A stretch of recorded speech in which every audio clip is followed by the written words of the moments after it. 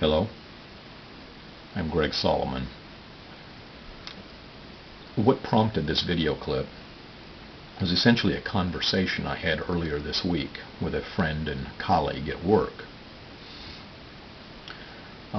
This colleague at work, I had introduced him to YouTube a couple of weeks ago, and since then he had been watching some video clips.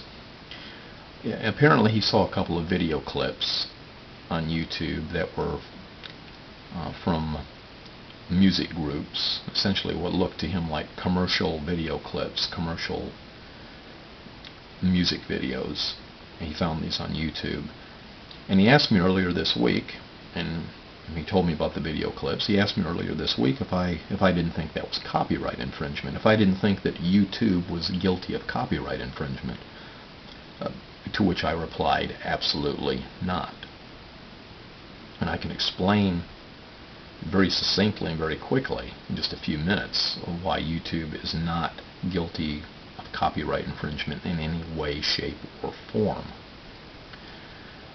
Back in 1998, there was a law passed by Congress and signed into law by President Bill Clinton, known as the Digital Millennium Copyright Act, the DMCA for short.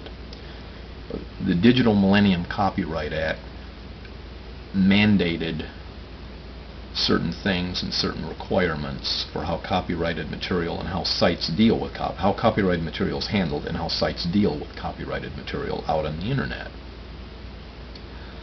The DMCA also offered protection and, in essence, what's called safe harbor for any online service that adheres to its mandates, adheres to all the mandates that are in the DMCA, that are outlined in the DMCA. So it's a two-way street. If you adhere to the mandates and the specifics in the DMCA, then you are also offered the protection and the safe harbor of the DMCA.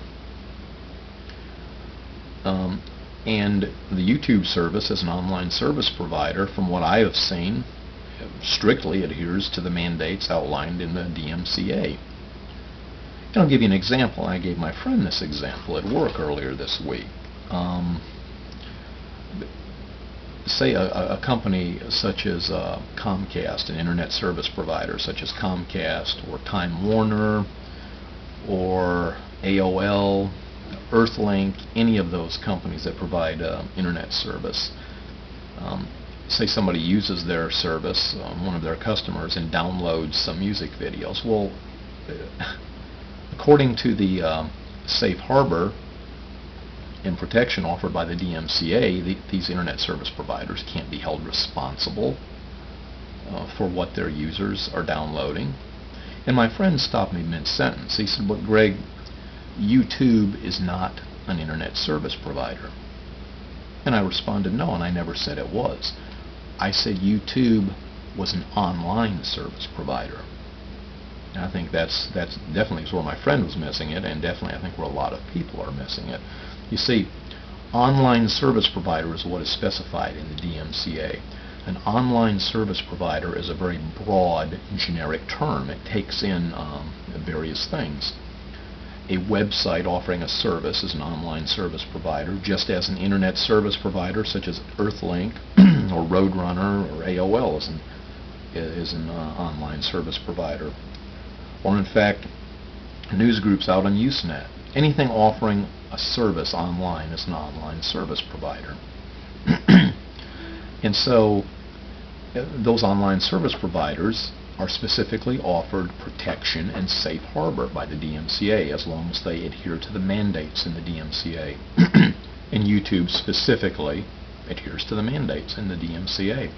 And I've found everything out about this and about how YouTube conforms itself to the mandates of the DMCA simply by reading their terms of use, their help pages. It's very evident.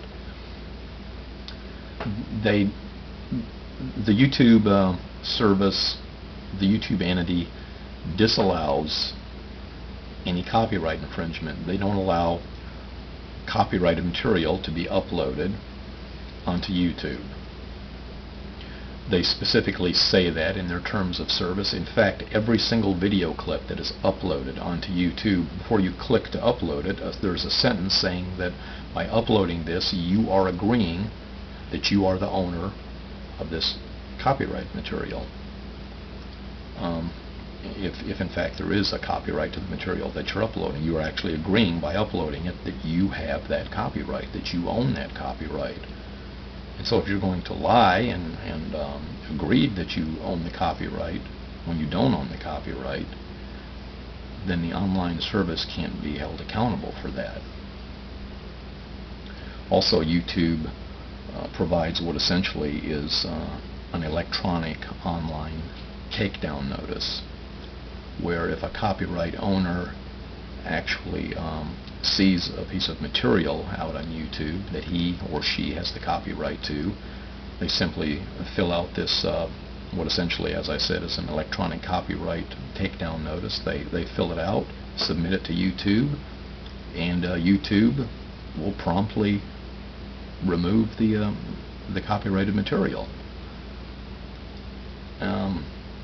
By doing this, they're essentially inadequately conforming to all the mandates in the DMCA, and therefore they should be accorded all the rights and protections and safe harbor of the DMCA. As I said, it's a two-way street.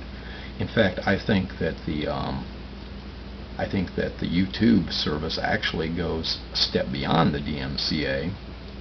In fact, they absolutely make sure that they don't profit from any videos posted on YouTube community. Basically, by not showing any advertisements on any pages where any videos are, you'll not see any advertisements. At least I never have. So there's no profit margin there. They're not getting a profit from people watching any certain video clips. The YouTube service has also limited the length of their video clips to 10 minutes. I think that's a good faith gesture. They don't have to do that. They didn't have to do that, but they proactively did that. They limit it. They also offer the videos in the form of macromedia flashes. They're macromedia flash videos, which are not readily accessible to download. And sure, you can circumvent the flash player and circumvent what it's supposed to do and essentially almost like hack it, certain pieces of software, to download the videos.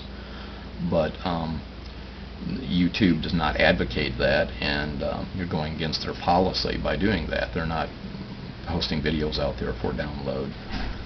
So basically, does YouTube violate any form of copyright law or any copyright act? Absolutely not.